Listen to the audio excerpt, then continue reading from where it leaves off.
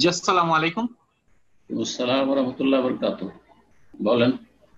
জি শাইখ, আমার দ্বিতীয় প্রশ্ন হচ্ছে যে মাওলানা রুহুল আমিন বসিরহাটি তার একটা বইতে রাবি নঈম বিন হাম্মাদ নঈম বিন হাম্মাদকে মানে মিথ্যাবাদী রাবি সাব্যস্ত করছে। তো তো এইটা আবার ডক্টর আব্দুল্লাহ জাহাঙ্গীর স্যার আবার তার বইতে আনছে। তো এই জিনিসটার সাপেক্ষে সে আবার কিছু দলিলও পেশ করছে। তো সে এই জিনিসটা কি সত্য কিনা, এই অভিযোগটা সত্য কিনা, সহিহ বুখারীর রাবি।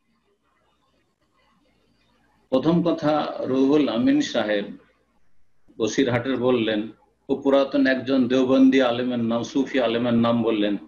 যখন তার নাম জানেন আর বললেন আর তার বই পড়েছেন, তাহলে একটি ভালো কথা শুনে রাখার তথ্য যে এই রুহুল আমিন দেওবন্দি সুফির সাথে আল্লামা আব্দুল্লাহিল কাফি আল কোরাইশি রহমতুল্লাহ আলের অনেক মোনাজারা হয়েছে।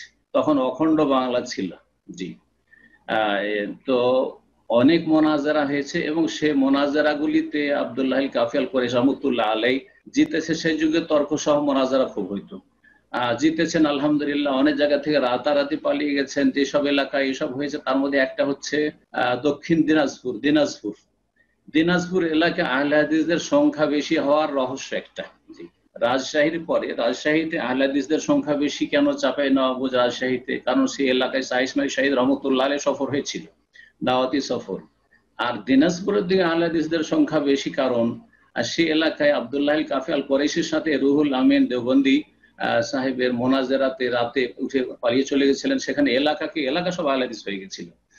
তো যাই হোক, উনি একজন সুফি দেওবন্দি আলেম ছিলেন, চলে গেছেন আফদা ইলা মা কাদ্দামা, নিজের আমল নিয়ে। সুতরাং এর বিষয়ে আর কিছু বলার প্রয়োজন নেই। বাকি নঈম বিন হাম্মাদ সম্পর্কে আমরা হাদিসের সাবজেক্ট পড়েছি, তাতে জানি তিনি সিকা রাওয়ী ছিলেন।